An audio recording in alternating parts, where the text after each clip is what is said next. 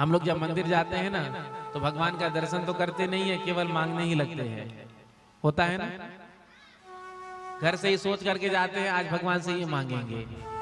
कई तो लिस्ट बना करके ले करके जाते हैं क्या क्या भगवान से मांगना है।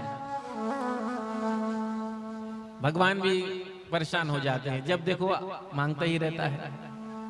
अरे कोई आपका संसार में ही कोई व्यक्ति कोई रोज रोज आकर आपसे कुछ मांगने लगे तो उसको देख करके आप गायब हो जाएंगे ना।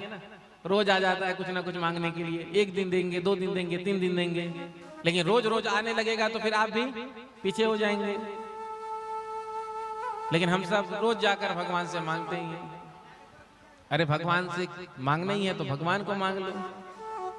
आज हम मंदिर जाते हैं तो मंदिर में जाकर दर्शन भी नहीं कर पाते। दर्शन करने का हमको यही पता नहीं विधि क्या है।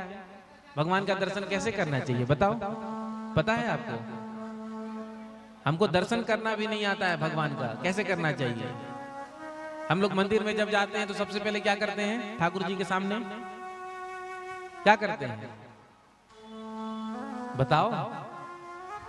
जैसे ही हम ठाकुर जी के सामने पहुंचे, बिहारी जी के सामने पहुंचे तो हमने क्या किया, आंख बंद कर लिया। होता है ना,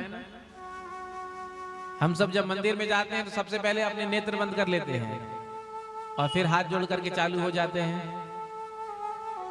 अब मैं आपसे पूछूं कि आप मंदिर क्यों गए हैं तो आप कहेंगे हम दर्शन करने के लिए गए हैं। तो क्या दर्शन आंख बंद करके होता है?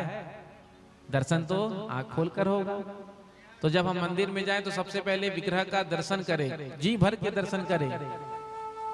और जब दर्शन हो जाए तो जो छवि का दर्शन कर रहे हैं, जैसे बिहारी जी महाराज का दर्शन कर रहे हैं, तो उस छवि को अपने हृदय में ही उतार ले और उसके बाद आंख बंद करके वो अनुभव करे कि वही ठाकुर जी अब हमारे हृदय में विराजमान है।